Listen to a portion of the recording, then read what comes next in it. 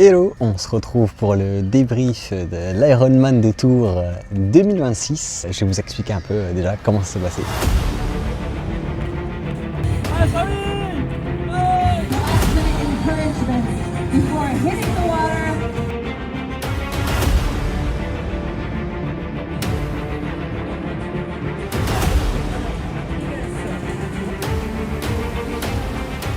La natation, j'étais vraiment pas ultra serein. Faut savoir que je sais toujours pas faire le crawl. Du coup, je partais sur une natation en full brasse. Je pars sur une natation en combinaison avec un gel, je le prends 20 minutes avant de partir et derrière je me lance sur une natation 3800 mètres, j'étais parti dans la vague qui visait 1h30, 1h35 de mémoire, fini la boucle en 1h46 avec quelques complications au bout de 2500 mètres où je sens des crampes arriver et du coup je suis obligé de calmer un petit peu mon effort. Il y avait 2-3 personnes à la fin qui commençaient vraiment que à brasser et du coup c'était un peu plus agréable de rester avec des gens de mon niveau. Sur la montre il y a marqué que 2000 mètres. Du coup c'est très frustrant parce que sur la natation je ne pouvais pas trop savoir où est-ce que je me retrouvais. Je savais qu'au bout de, je crois, de mémoire 5 ou 6 bouées, j'étais à peu près à la moitié, mais c'était vraiment des calculs à la vue. Mais voilà, assez content de cette natation. Allez Samy!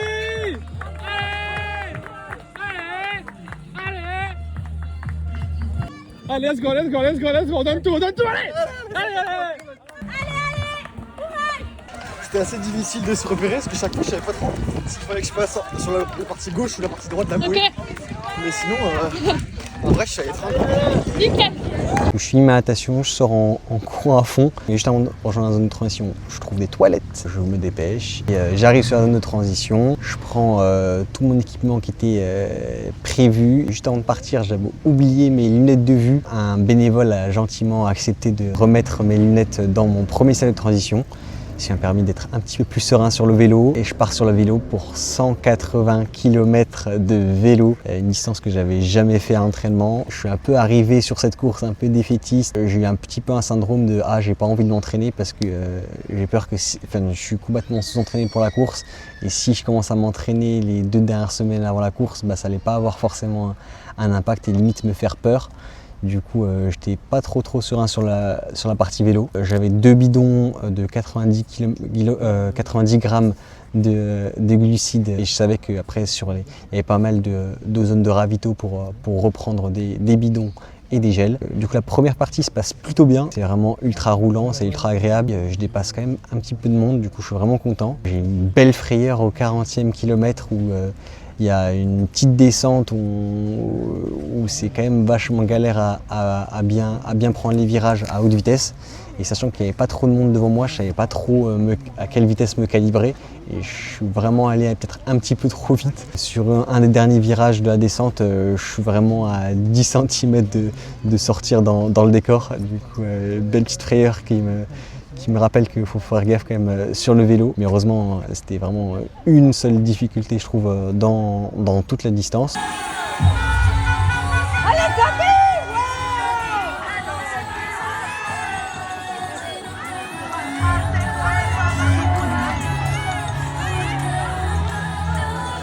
Et au bout de 80 km par contre là, je commence à taper dans le dur. J'ai réduit vachement mes watts et je vois que ma vitesse baisse drastiquement. Et ce que je me rends compte, c'est qu'au bout de 80-90 km, je peux plus trop me mettre sur les prolongateurs. Je suis obligé de me mettre tout droit parce que j'ai trop mal au dos, j'ai vraiment du mal à tenir la position. Du coup, petit à petit, je ralentis et je vais à une vitesse que j'avais pas du tout prévue.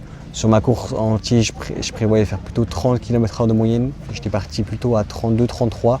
Et il faut savoir que du coup sur la deuxième partie de la course, c'est vraiment une course contre la montre où je fais que ralentir 1 km/h par 1 km/h et c'est horrible parce que tu le vois sur ta montre et tu as bien le temps de te rendre compte que petit à petit tu baisses en allure. Il y a quelques soucis ici pour aller aux toilettes, je bois tellement, il fait tellement chaud, 35 degrés que je suis obligé de boire énormément et du coup je m'arrête 3 fois sur le vélo pour aller aux toilettes.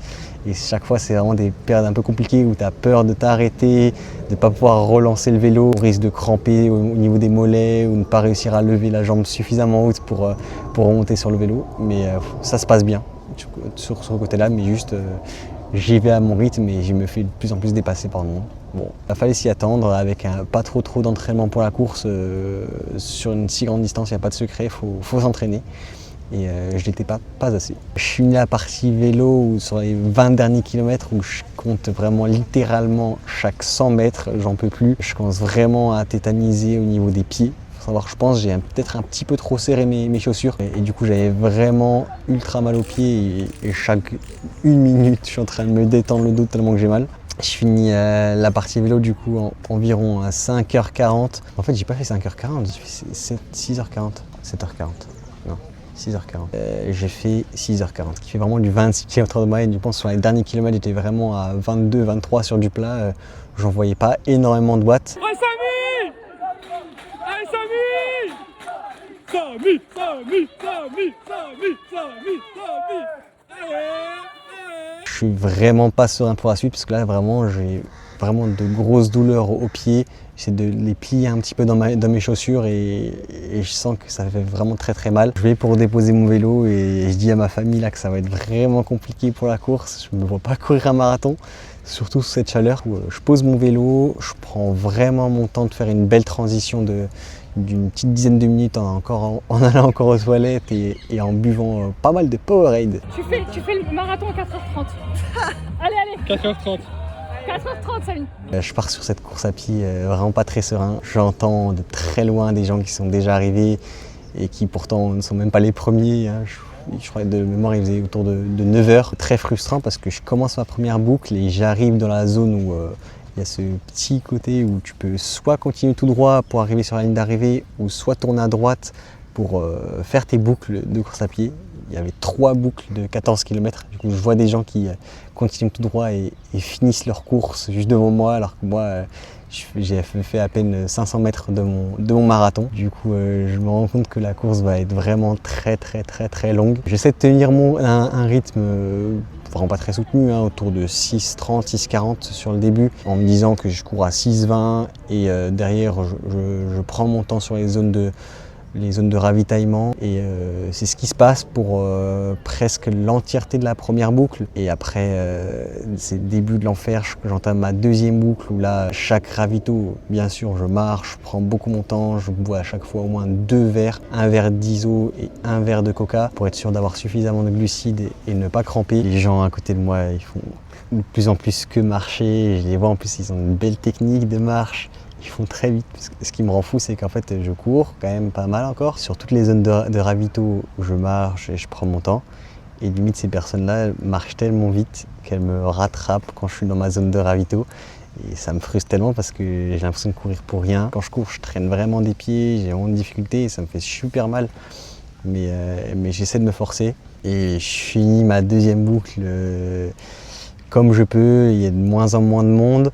Et j'ai vraiment l'impression tout le long du marathon d'être le dernier. Il faut savoir que je ne suis pas vraiment le dernier, mais je ne suis pas non plus très loin. De ce que j'ai vu dans les finishers, il y a 250 personnes qui sont derrière moi, mais quand tu es sur le coup et que tu fais des boucles de 14 km, tu vois plus tant de monde que ça avec toi. Et du coup, ma troisième boucle, je rejoins ma sœur, je lui demande si elle peut essayer de courir un petit peu avec moi. C'est un peu compliqué parce que normalement sur triathlon, t'as pas trop le droit de courir avec des personnes extérieures. Du coup, elle me suit un peu loin et surtout elle arrive à me rejoindre dans les 4 derniers kilomètres de ma course pour me forcer à courir parce que là j'étais vraiment au bout de ma life, au bout de 38 km, je commence à faire mes calculs, je me rends compte qu'il y aura un petit peu plus d'un marathon à courir. Sachant qu'en général, plutôt dans les triathlons, la course à pied est souvent un petit peu écourtée de 5 à 10%. Là, il y avait vraiment bien 42,8 km. Mais l'ambiance était incroyable. Il y avait plein de zones, de fan zones. Les gens sur les ravitaux étaient vraiment à fond, sachant qu'il se faisait vraiment tard. Mais voilà, faut terminer et c'était mon objectif. Je finis du coup cette course en 5h40, 5h36 de mémoire. C'est loin de ce que je peux faire. Je fais un marathon un mois et demi avant, en 3h15. Mais j'ai fait avec les jambes qui me restaient après la natation et le vélo. Et du coup, je finis cette belle course en environ 14h30. La cloche, la cloche, la cloche, la cloche, la photo, ouais. Oh, Samy!